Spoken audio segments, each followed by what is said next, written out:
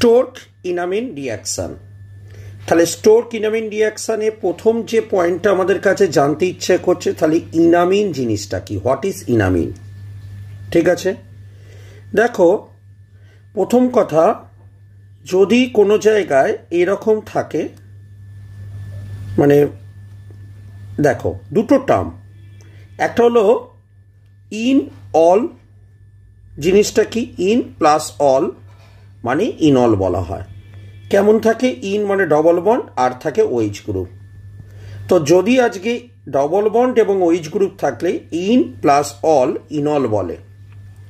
ঠিক তেমনি ইনামিন মানে হলো ইন প্লাস অ্যামিন, অর্থাৎ দেখতে হবে ডবল বন্ড মানে ইন আর অ্যামিন মানে NH2। তাই আমরা ইনল রিয়াকশানের ক্ষেত্রে এরকম ধরনের আসবে আর ইনামিনের ক্ষেত্রে আমার কাছে এমন ধরনের আসবে। প্রশ্নটা এইটা, স্টোর্ক ইনামিন রিয়াকশানে তাহলে ইম্পর্টেন্সটা কোন জায়গাটা।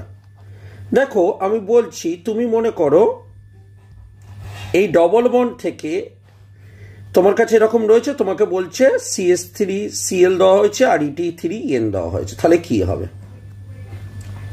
তাহলে দেখো এর আলফা হাইড্রোজেন কতগুলো রয়েছে, এই হাইড্রোজেনগুলো সব আলফা, এই দিকের এই হাইড্রোজেনগুলো আলফা। তাহলে সমস্ত আলফা হাইড্রোজেন সাবস্টিটিউট হবে এবং সব আলফা হাইড্রোজেনের জায়গায় আমার কাছে কি চলে আসবে না, মিথাইল গ্রুপ চলে আসবে। ঠিক আছে, কি করে আসবে যদি আমরা বলি, তাহলে এটা খুব সিম্পল ব্যাপার, একেবারে একটা দেখাচ্ছি, বাকিগুলো সিমিলার ভাবে হবে। তাহলে এটা কিভাবে আসবে না, ET3 এই যে লোন পেয়ারটা দিয়ে হাইড্রোজেনটাকে নেবে, এই বন্ডটা এখানে পড়বে, এই বন্ডটা উপরে উঠবে, নেক্সট স্টেপে এটা উপরে উঠে এটা OH হলো, নেক্সট স্টেপে এই যে এই বন্ডটা এখানে পড়বে, CH3Cl নিয়েছি, তাহলে এই বন্ডটা এখানে পড়েছে, এইটা গিয়ে CH3 কে মেরেছে, Clটা বেরিয়ে গেছে, তাই তো। তাহলে সিমিলারলি ভাবে আরো যে হাইড্রোজেনগুলো রয়েছে সেই প্রতিটা হাইড্রোজেনের জায়গায় সিমিলারলি ভাবে আমি যদি করে যাই, প্রতিটা হাইড্রোজেনের জায়গায় আমার কাছে কি আসবে, মিথাইল গ্রুপ সাবস্টিটিউট হবে, এটাই হওয়া উচিত। কিন্তু ব্যাপারটা হচ্ছে, তোমাকে মনে করো পরীক্ষায় এমন একটা করতে দিল, এতগুলো মিথাইল সাবস্টিটিউট নয়, শুধু আনতে হবে একটাই মিথাইল সাবস্টিটিউট হবে, মানে তোমাকে এইরকম একটা আনতে দিয়েছে, কনভার্ট করো। তুমি হয়তো বলতে পারো যে আমি 1 মোল নিয়ে করব, তুমি যাই করো না কেন, এখানে যেহেতু সবগুলোই অ্যাক্টিভ হাইড্রোজেন বা অ্যাসিডিক হাইড্রোজেন, তাই সবগুলো হাইড্রোজেনের জায়গায় সাবস্টিটিউট হয়ে মিথাইল গ্রুপ চলে আসবে। তাই ওপরে যে রিয়াকশনটা করলাম আমি, বা এতক্ষণ ধরে যে রিয়াকশনটা করলাম, সেটা দিয়ে এইটার কনভারসেশন করা যাবে না। আর এইটার কনভারসেশন করা তখনই যেতে পারে যদি আমি একেবারে স্টোর্ক ইনামিন প্রসেসে চলে আসি। তাহলে এবার জানতে ইচ্ছা করছে স্টোর্ক ইনামিন প্রসেসটা কি, ক্লিয়ার। তাহলে এবার আমরা ডিসকাস করব স্টোর্ক ইনামিন প্রসেস। দেখো স্টোর্ক ইনামিন প্রসেসে করবার জন্য একটি কার্বনিল কম্পাউন্ড নিতে হয় আর সেকেন্ডারি অ্যামিন নেওয়া হয়। সাইক্লিক হতে হবে কোনো মানে নেই, সাইক্লিক হলে বেটার হয়। তো আমি একটা সাইক্লিক সেকেন্ডারি অ্যামিন নিলাম। তো কি হবে, প্রথমে এই লোন পেয়ারটা গিয়ে কার্বনিলে গিয়ে অ্যাটাক করবে, এই বন্ডটা খুলে যাবে। তো দেখো এইটা যদি খুলে যায় তাহলে দেখতে কেমন হচ্ছে, এটা খুলে গিয়ে O মাইনাস, আর এই নাইট্রোজেন গিয়ে এই কার্বনে গিয়ে অ্যাটাক করেছে, নাইট্রোজেন অ্যাটাক করবার জন্য নাইট্রোজেনের মাথায় প্লাস, তার সঙ্গে হাইড্রোজেন আছে। নেক্সট স্টেপে কি হবে, এই বন্ডটা উপরে উঠে যাবে। তাহলে এরম হলে কেমন হবে, এই বন্ডটা এখানে এলো, নাইট্রোজেন আর এই O মাইনাসটা এই হাইড্রোজেনটা পেয়ে OH হয়ে যাবে। ঠিক আছে, ক্লিয়ার হয়েছে।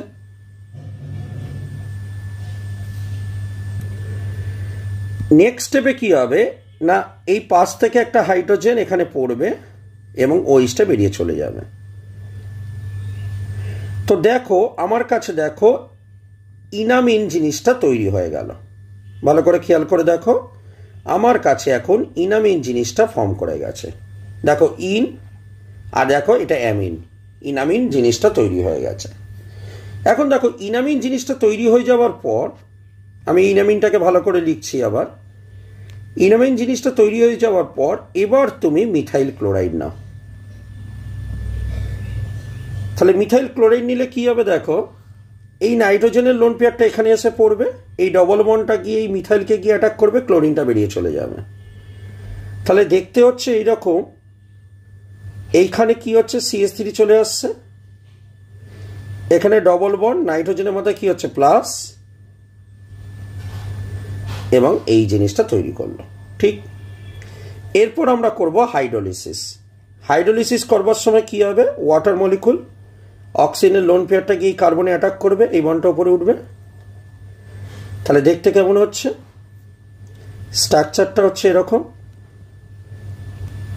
এখানে সিঙ্গেল বন্ড হয়ে যাচ্ছে, এখানে CH3 রয়েছে। হাইড্রোলিসিস স্টেপটা এক স্টেপই করে দিতে পারো, কিন্তু তুমি যদি না মেকানিজম জানো তাই জন্য আমি ডিটেলসে করে দিচ্ছি। এরপর কি হচ্ছে, এই অক্সিজেনটা নিউট্রালাইজড করছে, ঠিক আছে।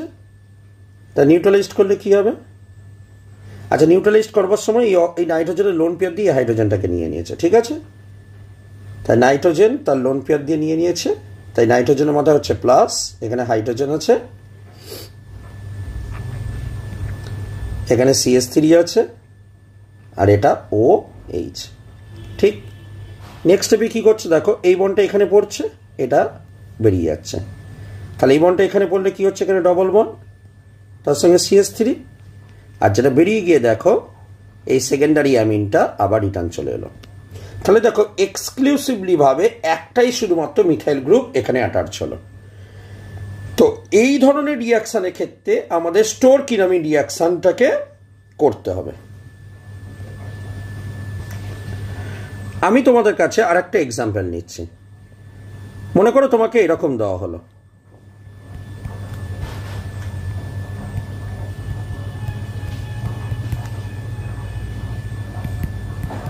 বললো এক্স দেওয়া হয়েছে,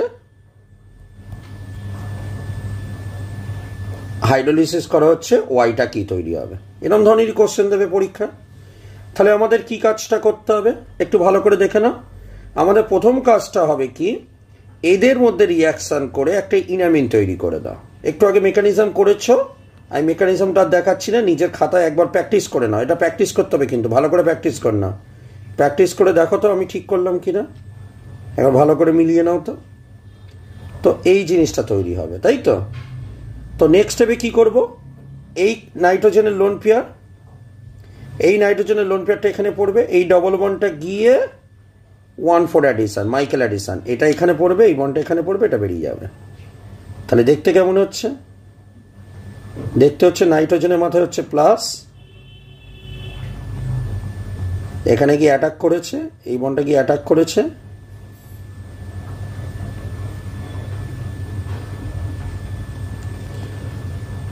ঠিক। তারপর এই বন্ডটা এখানে পড়বে, এইটা উপরে উঠে যাবে, রাইট। তাহলে পরের স্টেপটা কেমন দেখতে হচ্ছে,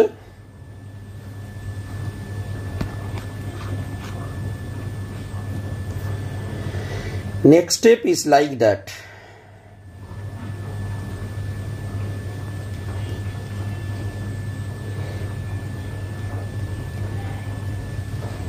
এরপর এটাকে কি করব, হাইড্রোলিসিস করব, তাই তো। তাহলে হাইড্রোলিসিস করলে এই জায়গাটা কি হয়ে যাবে, ডবল বন্ড হয়ে যাবে। হাইড্রোলিসিসের মেকানিজমটা একটু আগে দেখিয়ে দিয়েছি, ব্যাস এই দুটো প্রোডাক্ট আমার কাছে ফর্ম করে গেল, ঠিক আছে।